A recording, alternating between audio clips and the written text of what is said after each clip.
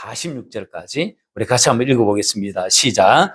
이에 예수께서 제자들과 함께 게세마네라 하는 곳에 이르러 제자들에게 이르시되 내가 저기 가서 기도할 동안에 너희는 여기 앉아 있으라 하시고 베드로와 세베데의 두 아들을 데리고 가실새 고민하고 슬퍼하사 이에 말씀하시되 내 마음이 매우 고민하여 죽게 되었으니 너희는 여기 머물러 나와 함께 깨어 있으라 하시고 조금 나아가서 얼굴을 땅에 대시고 엎드려 기도하여 이르시되 내 아버지여 만일 할만하시거든 이 잔을 내게서 지나가게 하옵소서.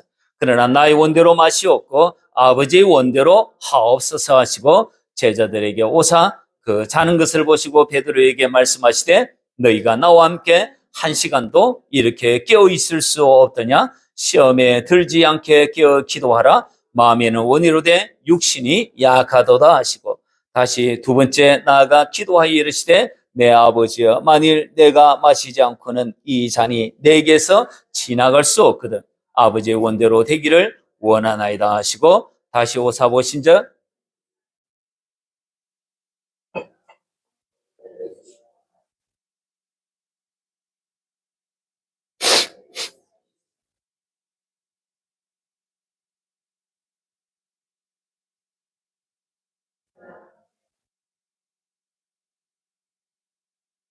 아멘.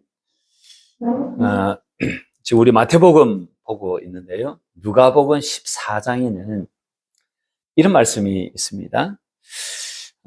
우리 중에 누가 누가 망대를 건축하려고 하는데 그 망대를 짓는데 예산이 어느 정도 될 건지 그거 계산 안 하고 망대를 지을 사람이 있느냐.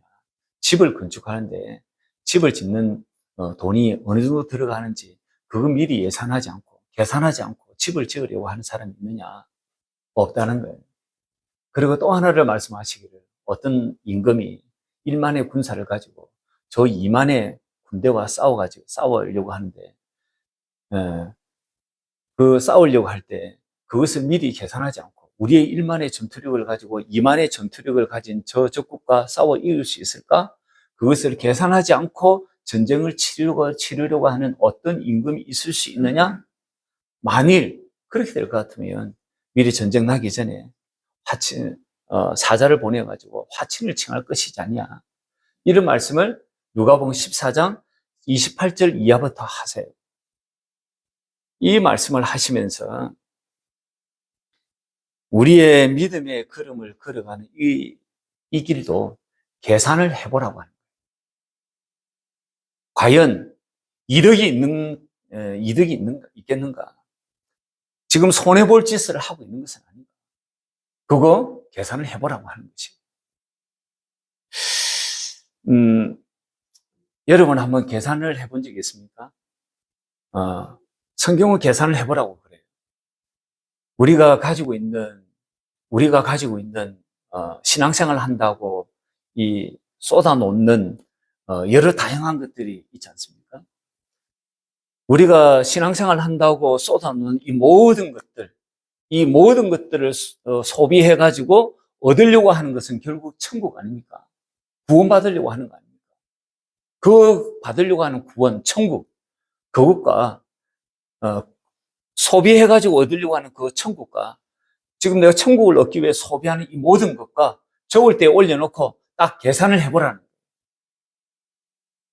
그래가지고 내가 이 천국을 얻기 위해서 소비하는 이것이 훨씬 내가 많이 소비를 하는 것이라면 그래서 내가 손해를 보는 거라면 그렇게 될 것 같으면 신앙생활 왜 하냐는 거예요.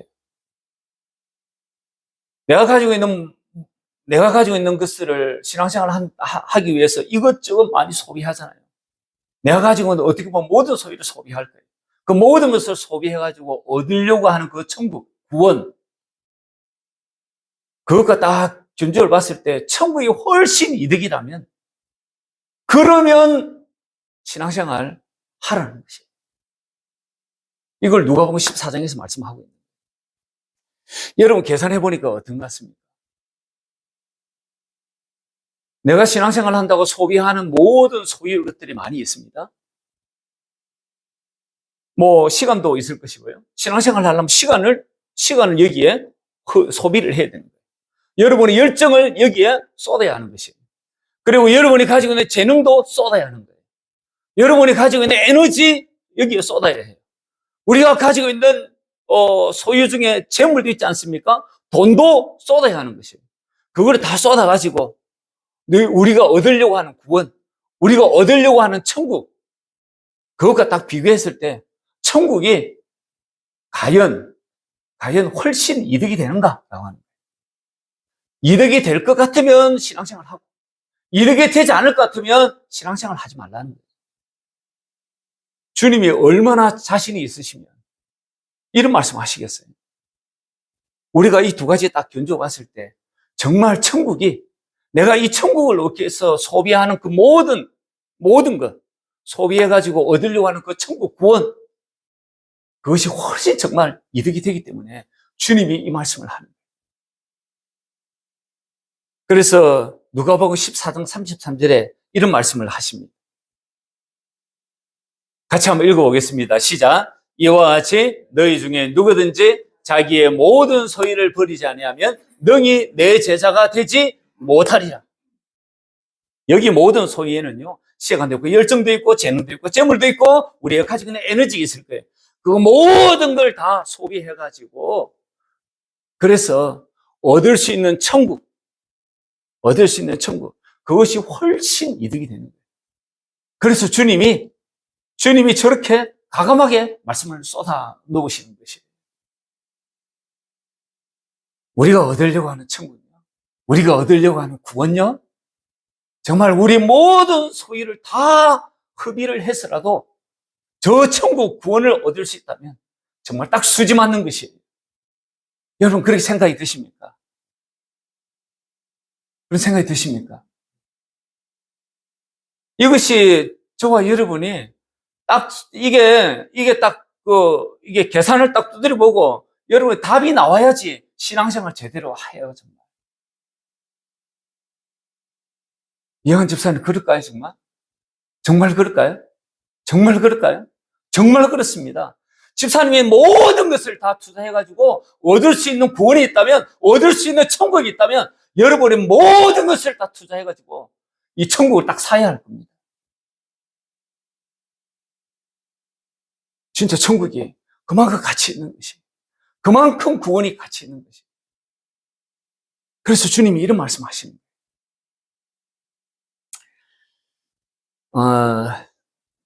참, 신앙생활을,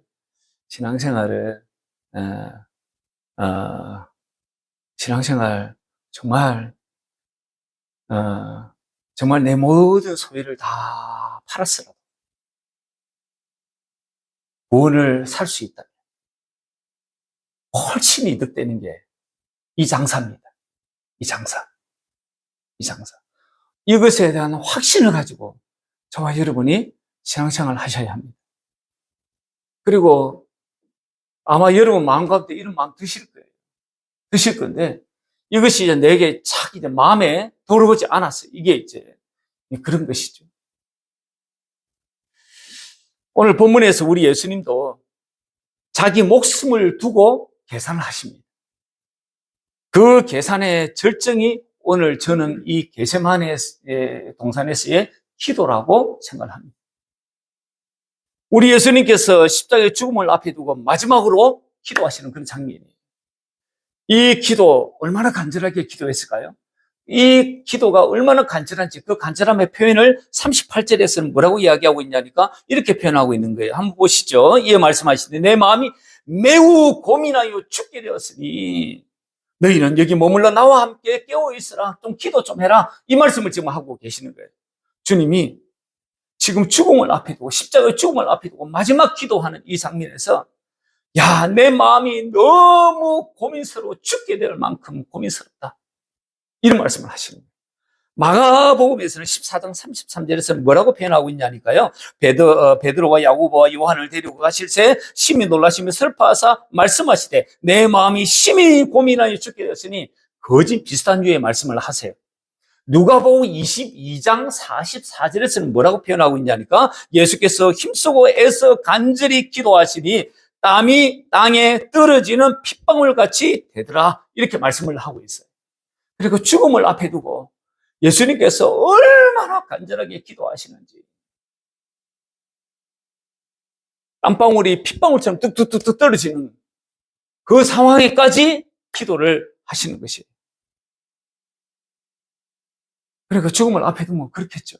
죽음을 앞에 두면 이렇게 간절하게 기도가 되는 것이에요. 만약에 저와 여러분이 15일 이후에 죽을 것입니다. 의사가 췌장암입니다. 준비하십시오. 15일 정도 남은 것 같습니다. 우리 그거 시간의 순서 차이지, 우리 언젠가 의사로부터 그 이야기 들을 거지 않습니까? 우리 언젠가 그 말 들을 거예요. 언젠가 들을 거예요, 그 말.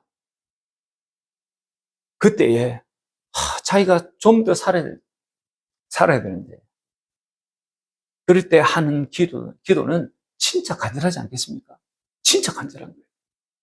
주님이 지금 십자가의 죽음을 앞두고 이 기도를 하시는 거예요. 그러니까 이런 기도가 나오는 것이에요. 이런 기도가 있는 이 본문을 보면서 우리는 기도의 레벨을 가늠해 볼 수 있으리라고 생각이 듭니다. 그래서 이런 설교를 합니다. 기도의 레벨. 여러분, 기도의 레벨이 있습니다. 기도의 레벨을 첫째 그러면서 이제 초보 수준의 기도, 이러면서 이 본문을 가지고 이렇게 설교를 할 겁니다. 초보 수준의 기도는 내 뜻을 요청하는 기도입니다. 그래서 그 기도 이루어 달라고 하는 수준의 기도가 초보 수준의 기도입니다. 이런 기도를 하는 사람이 가지고 있는 말씀을 잡고 있는 게 뭐냐니까, 시편 50편 15절에 이런 말씀이에요. 환난 날에 나를 부르라. 내가 너를 건지리니 너가 나를 영화롭게 하리라. 주님이 이 말씀하셨으니 이 말씀을 부여잡고 기도를 막 하는 거예요. 그래서 자기의 뜻이 이루어지도록 하나님, 내 소원은 소망하는 것이 이런 것이 있습니다라고 막 기도하면서 하나님 이 뜻을 이루어 달라고 기도하는 것이에요. 그러나 이런 기도는요, 이 말씀 때문에 주님 앞에 커트가 될 수 있는 가능성이 많습니다. 그 말씀이 야고보서의 말씀입니다. 저 말씀입니다. 한번 같이 한번 읽어보겠습니다. 시작. 너희가 얻지 못하면 구하지 아니하기 때문이요, 구하여도 욕심으로 구한 것이, 내 뜻을 구한 것이 욕심으로 구한 것일 수 있기 때문에 주님 앞에 커팅을 당할 수 있는 가능성이 많아요. 초보 기도를 지나면 중급 기도가 나와요. 그래서 중급 수준의 기도는 하나님의 뜻을 헤아려서 하는 기도일 겁니다. 주님의 뜻을 헤아리는 거예요. 그리고 주님의 뜻을 헤아려서 하나님 앞에 요청을 하는 기도예요. 하나님의 뜻이 뭔지 여쭤보는 거예요. 그래서 내 마음 가운데 들리신 성령의 음성을 쫓아서 그렇게 기도하는 것이에요. 이런 사람은 이 말씀을 부여잡고 기도했겠죠? 요한일서 5장 14절의 말씀입니다. 같이 한번 읽어보겠습니다. 시작. 그를 향하여 우리의 가진 바, 그렇구나. 우리가 가진 바 담대함이 이것이는 그의 뜻대로 하나님 아버지의 뜻을 안 거예요. 그래서 담대히 기도하는 거예요. 이거 중급 기도, 좋은 기도입니다. 좋은 기도입니다. 하나님의 뜻을 헤아려서 하는 기도, 좋은 기도입니다. 그러나 이거보다 더 고급한 수준의 기도가 있습니다. 십자가를 져야 할 줄 알면서 불러가고 그 길에 순종하는 기도, 그 기도가 고급한 기도입니다. 바로 오늘 본문의 예수님의 기도가 바로 이러한 고급한 수준의 기도라고 할 수 있을 겁니다. 우리 예수님은 최후의 만찬 이후에 제자들을 데리고 이 겟세마네 동산으로 간 거예요. 그때의 모습을 37절에서는 이렇게 말씀하고 있습니다. 37절 한번 보시죠. 같이 한번 37절 같이 한번 읽어보겠습니다. 시작. 베드로와 인간적인 권위를 깊이 느끼셨음을 알 수 있는 대목입니다. 그래서 이렇게 기도를 하는 거예요. 십자가 고난 피할 수 있도록 그렇게 기도를 하는 것이에요. 예수님은 참 하나님이시기도 하셨지만 참 사람이시기도 하셨습니다. 그래서 당신도 이 죽음을 앞두고 두려운 거예요. 당신도 이 십자가의 죽음을 앞두고 만만치 않은 것이에요. 그래서 할 수만 있다면 이 십자가의 이 죽음을 좀 안 하고 싶은 것이에요. 그게 당신의 뜻이에요. 근데 곧이어서 자기의 뜻이 아닌 하나님 아버지의 뜻을 예수님이 구합니다. 그것이 39절이에요. 39절 이렇게 기도하는 거예요. 같이 한번 읽어볼까요? 39절 시작. 조금 나아가서 얼굴을 땅에 대시고 엎드려 기도하여 이르시되 내 아버지여 만일 할 만하시거든 이 잔을 내게서 지나가게 하옵소서. 그러나 나의 원대로 마시옵고 아버지의 원대로 하옵소서. 그렇게 지금 기도하는 것이에요. 얼굴을 땅에 대시고 엎드려 기도를 하십니다. 순종의 기도임을 알 수 있습니다. 내 뜻을 관철시키려는 것이 아니라 아버지의 뜻을 따르려고 하는 예수님을 보는 거예요. 예수님은 한참 기도하시다가 졸며 자는 제자들을 깨우십니다. 그리고 깨우고 난 다음에 주님께서 두 번째 기도를 하십니다. 두 번째 기도가 42절이거든요. 42절 읽었지만 한 번 더 읽어보겠습니다. 시작. 다시 두 번째 나아가 기도하여 이르시되 내 아버지여 만일 내가 마시지 않고는 이 잔이 내게서 지나갈 수 없거든 아버지의 원대로 되기를 원하나이다 하시고 39절의 기도에서 42절의 기도를 이렇게 보시면 진전된 기도의 내용을 보게 됩니다. 예수님은 당신의 뜻이 있으셨습니다. 당신의 뜻은 이 십자가 죽음을 맞이하지 않는 것입니다. 그래서 당신의 뜻을 거두기 시작합니다. 그리고 마침내 아버지의 뜻에 순종합니다. 내 뜻을 내려놓고 주님의 뜻을 수용을 하는 것이에요. 이 부분에서 의사 누가가 이렇게 특별히 기도를 이렇게 묘사를 했습니다. 누가복음 22장 44절 이렇게 묘사를 합니다. 땀이 땅에 떨어지는 핏방울 같이 되더라. 이렇게 표현을 한 거예요. 사람이 극도의 긴장감을 가지고 그렇게 기도를 하면요, 이 살핏줄이 터진다고 해요. 살핏줄이 터지면서 이것이 땀방울, 그 방울, 땀샘으로 이것이 이제 흐른다고 해요. 그래서 떨어지는 게 핏방울처럼 떨어진다고 이야기를 합니다. 예수님께서 그렇게 기도를 하신 것입니다. 그만큼 예수님은요, 사력을 다해서 기도를 한 것입니다. 세 번째 기도까지 예수님께서 하시고는 끝을 내십니다. 그게 44절이거든요. 44절에 이렇게 하지 않습니까? 또 그들을 두시고 나아가 세 번째 같은 말씀으로 기도를 하신 이후에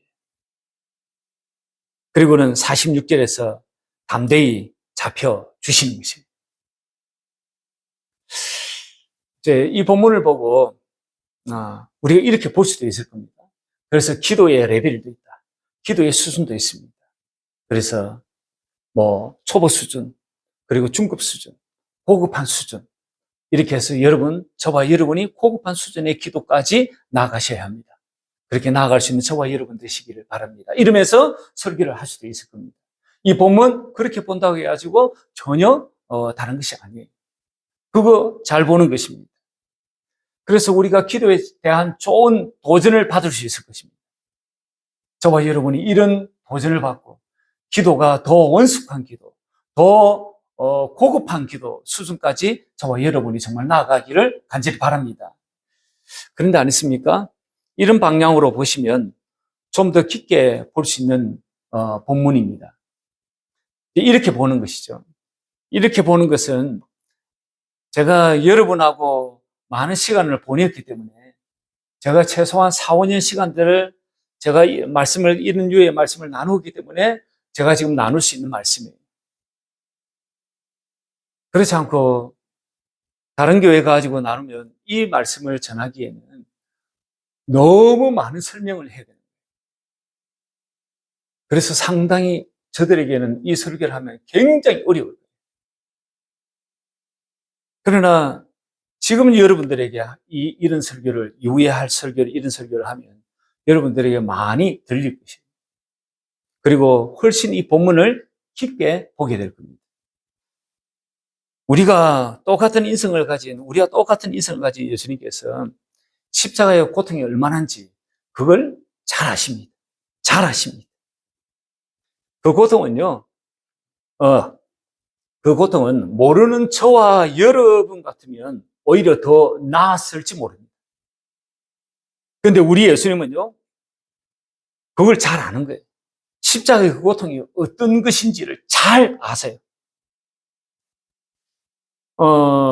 십자가의 그 고통이라고 하는 것은요, 시대적으로 이해도가 우리보다, 우리는 지금 21세기를 살아가잖아요. 그리고 십자가 고통에 대한 이해도가 그 당시에 1세기 예수님께서 죽으실 때 그때 그 사람들이 가지고 있는 십자가의 고통에 대한 이해도에 비하면요, 우리는요, 훨씬 덜해요. 그분들이 십자가의 고통에 대한 이해도가 훨씬 더 높아요. 극악한 죄수, 극도의 고통을 동반한 형태를 그 당시의 사람들은 지금 우리보다 훨씬 더 잘 알아요. 우리는 십자가의 고통이 어느 정도인지 우리는 그냥 상상만 할 정도지. 우리는 그 고통이 얼마나인지 그 당시의 사람보다 이해도가 훨씬 떨어집니다. 육체에 가해져 오는 고통, 채찍을 당할 때 그 고통, 그리고 가시 면류관을 팍 쓰실 때 그 고통, 십자가의 두 손과 두 발에 대못이 박히는 그 고통, 그 고통 우리 잘 가늠하지 못해요. 근데 주님은 그 당시에 살아가지고도 더 많은 이해도를 가지고 계셨지만 그것에 대해서 훨씬 더 잘 아시는 주님이에요. 십자가의 형태의 뼈를 관통한 그 대못이 당신의 그 대못에 당신의 몸이 축한이 걸려 있는 거예요. 축한이 걸려 있습니다. 그 몸이 처지면서 당하는 그 고통, 육체에 가해지는 그 고통, 그걸 잘 아시는 예수님이십니다. 그리고 그때에 타는 목마름, 이 목마름이 얼마나 대단한지, 그 고통이 얼마나인지 그걸 주님이 아시는 것이에요. 거기다가 사랑했던 아들로부터 받게 될 배신, 사랑하는 이들로부터 받게 되는 그 배신, 자기의 제자가 자기를 파는 것이에요. 그리고 자기의 수제자가 자기가 미리 예언했음에도 불구하고 똑같이 3번의 배신을 때리는 것이에요. 그리고 나머지 12제자들 다 주님을 버리고 당신을 버리고 떠나가는 것이에요. 그리고 며칠 전만 하더라도 호산나 다윗의 자손이 막 환호했던 그들이 이제는 십자가에 저 예수를 못 박아라고 대신에 등을 보일 때에 그때 그 아리는 마음을 주님은 고스란히 아시는 것이에요. 여러분 배신을 당해보셨습니까? 배신을 당해보셨습니까? 그 배신을 당한 정신력의 충격이라고 하는 것은요, 말로 닿을 수 없는 거예요. 사랑하면 사랑할수록, 더 많이 사랑을 주면 주었을수록, 그로부터 당하는 배신은요, 가슴을 아리는 것이에요. 그리고 군사들이 조롱하고 멸시하고 침을 태뱉는 것이에요. 그 정신적 고통을 주님이 고스란히 아세요. 거기다가 영적인 고난까지. 사랑하는 성부와 하나님과의 끊어짐, 아버지로부터의 버림당하심, 이것을 고스란히 아시는 것이에요. 사별의 아픔의 부부지간의 가장 큰 고통이라고 이야기를 하잖아요. 사별의 고통이 부부지간의 가장 큰 고통이라고. 그거 왜 그렇죠? 3, 40년 동안, 5, 60년 동안 부부가 살을 붙이며 그렇게 정을 나누었는데 이제는 그 관계가 끊어지는 것이에요. 그 관계가 데미지가 엄청 크기 때문에 어떤 사람은 시리에 빠지고 어떤 사람은 날마다 술 퍼마시면서 자기의 마음을 달래는 것이에요. 그래도 가시지가 않아요. 그 고통이, 상처가 대단히 큰 것이에요. 그런데 주님은요, 한 번도 성부 하나님과 헤어져 본 적이 없어요. 그 관계가 끊어져 본 적이 없어요. 우리가 상상할 수 없는 아픔이에요. 그 고통을 예수님이 기도하시는 가운데 아시는 것이에요. 그러니 모르고 당하는 것이 낫지 알고 당하시는 예수님은요, 얼마나 더 힘드셨을까요? 그런 생각이 제가 드는 것이에요. 그래서 겟세마네의 기도는요, 더 힘들었을 것입니다. 한 번의 기도가 끝나자 성부 하나님의 뜻이 무엇인지 아셨던 우리 예수님이셨습니다. 그러나 한 번 더 기도하시는 거죠. 한 번 더. 주님, 제가 정말 지지 않으면 안 되겠습니까? 이 십자가의 이 고통을 지지 않았으면 안 되겠습니까? 그러나 아버지의 뜻을 확고하게 아셨던 우리 예수님, 두 번째 기도에서 돌이킬 수 없음을 아셨기에 아버지의 뜻을 그대로 수용을 하십니다. 우리 예수님도 두려우셨습니다. 죽음 앞에 두려워하지 않은 사람 아무도 없습니다. 지금 뭐 괜찮다 그러죠? 지금 괜찮다 그러죠? 그거 진짜 몰라서 그래요. 저도 그 상황에 한 번도 안 돼봐서 그렇지, 그러나 그 상황에 이르신 분들의 이야기를 들어보면요, 죽음이 진짜 두려워요. 죽음. 진짜 두려운 거예요. 예수님도 죽음 앞에 두려우셨습니다. 죽음 앞에 회피한 사람이 있습니다.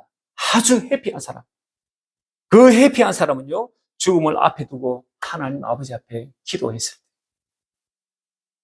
그때 하나님 아버지로부터 음성이 들려오는 거예요. 내가 너 안다. 내가 너를 안다. 나의 사랑하는 아들아. 내가 너를 안다. 그 주님의 음성이 들려올 때, 그 주님의 음성을 들은 그 사람이 정말 해피한 죽음을 맞이하는 것이에요. 그렇지 않으면요, 해피하지 않습니다. 지금 우리 예수님께서 두 번째 기도 이후에 세 번째 나아가십니다. 아마도 이 십자가의 죽음을 뛰어넘을 수 있는 아버지의 마음, 아버지의 사랑을 가르쳐 달라고 기도했을 것입니다. 아버지의 사랑을 알게 해달라고, 아버지의 마음을 알게 해달라고 기도했을 것입니다. 성령께서 아버지의 마음을 가르쳐 주셨을 것입니다. 자신을 향한 아버지의 마음이 얼마나인지, 자신을 향한 아버지의 사랑이 너무너무나 온전한지, 얼마나 큰지, 그걸 아들 예수님이 보는 것이에요. 그리고 이 인생을 향한 하나님 성부, 하나님 아버지의 그 마음을 예수님이 또 보는 것이에요. 그 마음을 성령께서 가르쳐서 보여주셨을 것이에요. 그 마음을 예수님이 딱 보시는 거예요. 그 마음을 보시자 예수님의 마음에 성부 하나님의 마음이 들어오는 것이에요. 그 성부 하나님의 사랑이 그 마음 가운데 들어오시자 앞으로 주님이 아들 예수, 내가 앞으로 내가 당할 일들을 하나님 아버지께서 미리 보여주시는 것이에요. 그래서 미리 보여주실 때 그 십자가의 그 고통을 넘을 수 있는 능력, 그 고통을 넘을 수 있는 능력의 마음을 하나님 아버지께서 주시는 것이에요.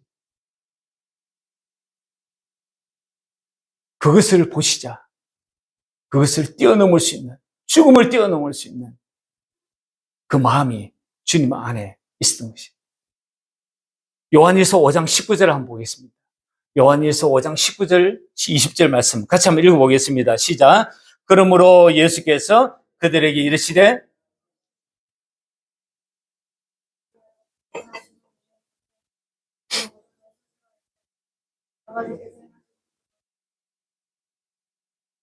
아버지께서 아들을 사랑하사 자기가 행하시는 것을 다 아들에게 보이시고 또 그보다 더 큰 일을 보이사 너희로 놀랍게 여기게 하시리라. 그러니까요, 자기가 행하시는 것을 다 아들에게 보이시는 성부 하나님이세요. 그래서 겟세마네 동산에서 우리 주님께서 기도하셨을 때, 죽음을 앞에 두고 십자가의 죽음을 앞에 두고 기도하셨을 때 내 아버지께서 다 보여주시는 것이에요. 다 보여주시지 않고는 아버지 하나님께서 아들 예수에게 행하실 일들을 하지 않아요. 그래서 다 보여주신 것이에요. 그리고 요한일서 4장 18절 또 한번 보겠습니다. 같이 한번 읽어보겠습니다. 사랑 안에 두려움이 없고 온전한 사랑이 두려움을 내쫓나니 두려움에는 형벌이 있습니다. 두려워하는 자는 사랑 안에서 온전히 이루지 못하였느니라. 온전한 사랑이 두려움을 내쫓는 거예요.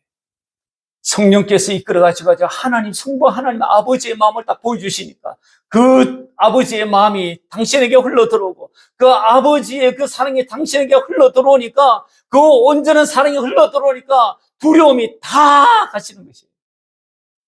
그래서 십자가를 당당히 지는 것이에요.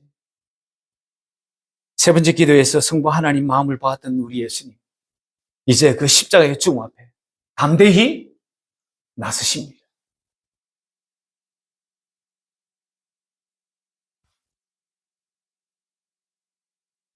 이러한 설교의 내용은요,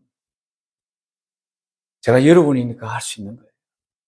그리고 두 번째는 새 언약을 이해를 하고 있는 분들에게 이 말씀이 잘 들려요. 그렇지 않으면 들리지 않아요. 여러분, 우리 예수님께서 왜 이렇게 십자가의 죽으심을 당하셨을까요? 왜 우리 예수님께서 십자가의 죽음을 당하셨을까요? 죽을 만한 죄가 있으셔서 예수님께 죽으셨을까요? 능력이 없으셔가지고 어떻게 하지 못해가지고 그냥 당하셨을까요? 아니에요. 성경에 여러 말씀이 있지만 몇 가지 말씀만 같이 한번 보겠습니다. 고린도서 1장 22절입니다. 같이 한번 읽어보겠습니다. 시작. 이제는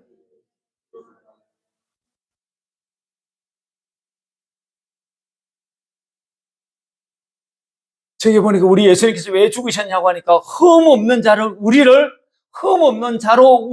세우시려고 주님께서 십자가에 죽으신 것이에요. 그리고 또 하나 보겠습니다. 데살로니가서 5장 10절입니다. 같이 한번 읽어보겠습니다. 시작. 예수께서 우리를 위하여 죽으사 우리로 하여금 깨어있든지 자든지 자기와 함께 살려 하셨느니라.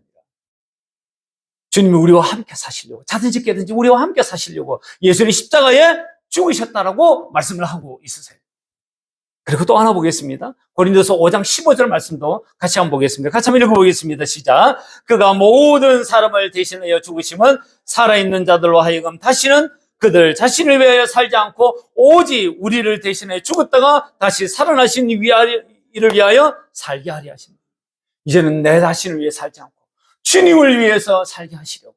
그래서 주님께 십자가에 죽으셨다라고 말씀하고 있으신 것입니다. 마지막 이 말씀 보겠습니다. 히브리서 10장의 말씀입니다. 같이 한번 읽어보겠습니다. 시작. 그 후에 말씀하시기를 보시옵소서. 내가 하나님의 뜻을 행하러 왔나이다 하셨으니 그 첫째 것을 피하시면 둘째 것을 세우려 하심이라. 이 뜻을 따라 예수 그리스도의 몸을 단번에 들으심으로 말미암아 우리가 거룩함을, 한마디로 두 번째 언약을 우리 속에 이루시려고 예수님이 십자가에 죽으신 것입니다. 주님께서 우리 가운데 두 번째 언약을 이루시지 않고서는 우리가 골로새서 1장 22절, 데살로니가 5장 10절, 고린도서 5장 15절 말씀처럼 살 수가 없어요. 우리 안에 두 번째 언약이 이루어져야, 우리 안에 새 언약이 우리 가운데 이루어져야, 그래야 우리가 흠없게 주님 앞에 설 수 있고요, 또 주와 함께 살 수 있고요, 자기가 아닌 주를 위해서 삶을 살 수가 있기 때문에 그렇습니다. 그래서 두 번째 언약, 새 언약이 내게 이루어지지 않으면 이렇게 살 수가 없어요. 그래서 십자가에 우리 죄와 영생을 주시기 위해서 우리 주님이 죽으신 것입니다. 피 흘림이 없이는 사함이 없어요. 제 사함이 없어요. 그래서 예수님께 십자가에 죽으신 것입니다. 우리의 죄를 대속하기 위해 십자가에 죽으셨고, 십자가에 죽으셔야지만이 두 번째 언약을 이루시기 위해서 성령님이 우리 안에, 예수님이 우리 안에 들어오실 수 있는 것이에요. 그래서 영생을 얻는 것이에요. 그래서 마지막 날 밤에 주님이 성찬식을 행하셨습니다. 주님이 마지막 성찬식을 행하면서 당신의 죽음에 대해서 이렇게 말씀하셨습니다. 누가복음 22장 19, 20절에 보니까 이렇게 말씀하고 있는데요. 이것은 너희를 위하여 주는 내 몸이라. 이 잔은 내 피로 세우는 새 언약이니 곧 너희를 위하여 붓는 것이라. 누가복음 22장 19, 20절에 말씀하고 있어요. 몸을 주시고 피도 우리들을 위해서 주셨다라고 말씀하세요. 예수님의 몸을 그래서 우리가 먹어야 하고요, 예수님의 피를 마셔야 해요. 예수님의 몸을 먹는다라고 하는 것은요, 예수님의 몸을 먹는다는 것은요, 저런 것이에요. 같이 한번 읽어보겠습니다. 시작. 예수님 자신을 먹는 것입니다. 예수님 자신을 먹는다는 것은요, 저런 것이에요. 다시 읽어보겠습니다. 예수님 자신을 먹는다는 것은 말씀이신 예수님을 먹는다는 거예요. 그러니까 우리가 말씀을 먹어야 하는 거예요. 말씀을. 저 말씀은요, 주님이 내게 이르시는 말씀이 있는 거예요. 주님이 내게 이르시는 말씀, 주님이 내게 이르시는 그 말씀을 듣는 것을 말씀을 먹는다라고 이야기해요. 그래서 내게 하시는 말씀을 들어야 한다. 그렇게 듣는 사람이 영생을 얻습니다. 영생을 얻습니다. 그것이 몸을 먹는다는 거예요. 몸을 먹는다는 거예요. 그리고 포도주가 들어있는 잔을 마시라고 하는 거예요. 포도주는요, 예수님 피를 의미하는 것이에요. 예수님의 피를 먹으라고 이야기하는 거예요. 잔을 마시라는 거예요. 예수님의 피를 먹으라는 거예요. 예수님의 피가 의미하는 게 뭐냐고 하니까 예수님의 피는요, 피는 새 언약을 이야기를 한다라고 누가복음에 말씀하고 있는 거예요. 제가 읽었던 이 누가복음 22장 20절에 말씀하잖아요. 이 잔은 내 피로 세우는 새 언약이니 이 피는 새 언약이라고 말씀하시는 것이에요. 그래서요, 포도주가 들어있는 잔을 마시라고 하는 거, 피를 마시라는 거고, 피는 주님이 세우신 새 언약, 새 언약을 내게 이루어 주시겠다라고 하는 거예요. 마시는 것은요, 주님이 내 안에서 새 언약을 이루어 주시겠다라고 하는 것이에요. 새 언약은요, 내 속에, 내 마음에 당신의 법을 새겨 주시겠다라고 하는 것이 예레미야 31장 33절에서 이야기하고 있고, 히브리서 8장 10절에서도 말씀하고 있는 것이 새 언약이지 않습니까? 그 새 언약을 내 안에서 이루어 주시겠다라고 하는 것이 주님께서 피를 마시라고 하는 것입니다.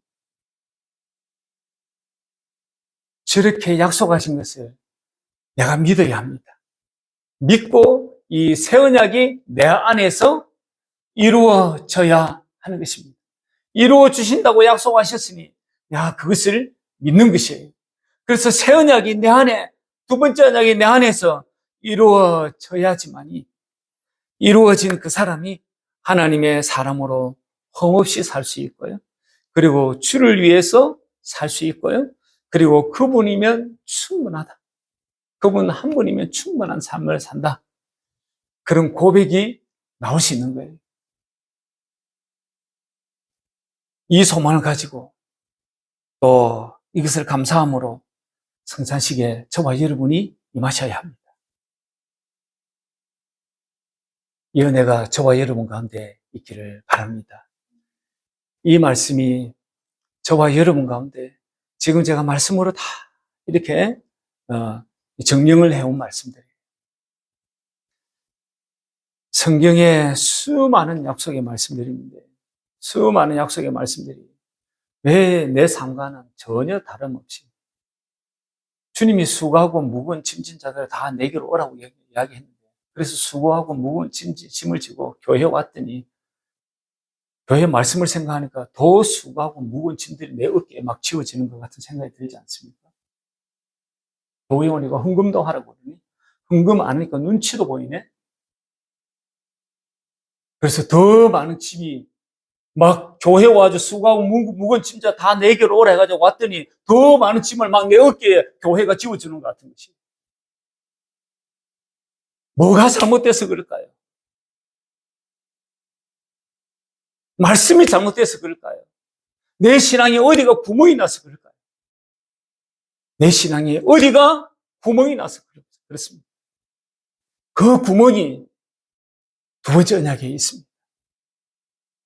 이 언약의 말씀을 저와 여러분이 믿으셔야 합니다. 그래서 믿고 이 말씀이 내 안에 이루어지기를 간절히 소망하고 열망해 하셔야 합니다. 그렇게 하기 위해서 내 삶이 거룩한 가운데 계속해서 경건 가운데 나가야 합니다. 경건 가운데 나아가면서 주님을 점점점 알아가야 합니다. 주님을 점점점 알아가는 삶이 우리 교회 사는 주3 노트예요. 경건의 훈련이에요. 그래서 주님을 점점점 알아가는 훈련을 하지 않는 이상 이 말씀은 내게 이루어지지 않아요.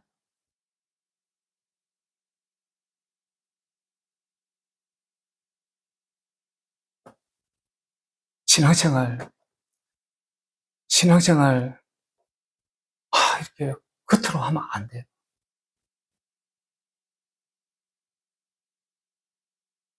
그 은혜가 저와 여러분 가운데 있기를 바랍니다.